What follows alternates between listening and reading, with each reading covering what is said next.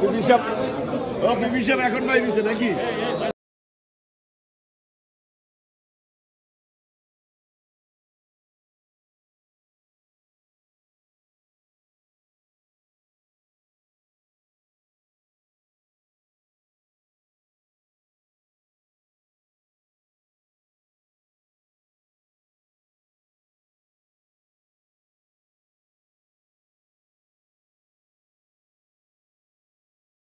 আইনজীবী সমাজসহ দেশের মানুষ এটা আশা করে না।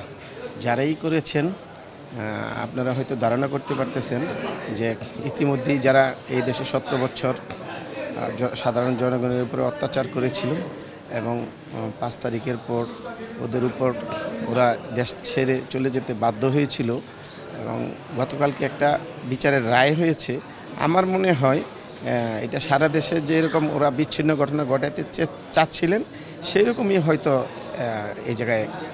এই জায়গাটাকে বেছে নিয়েছেন এই জন্য যে কোর্ট এরিয়ার এটা একবারে পাশের সাইড। মানে আমি যতটুকু পরিদর্শন করে বুঝতে পারলাম যে এটা হয়তো আশেপাশের কোনো ছাদ থেকে এটা নিক্ষেপ করেছে।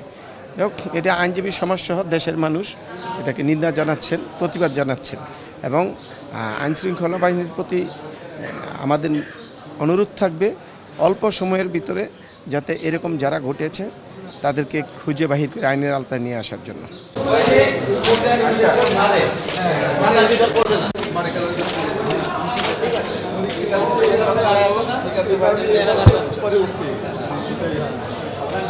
না না না সমস্যা না সমস্যা না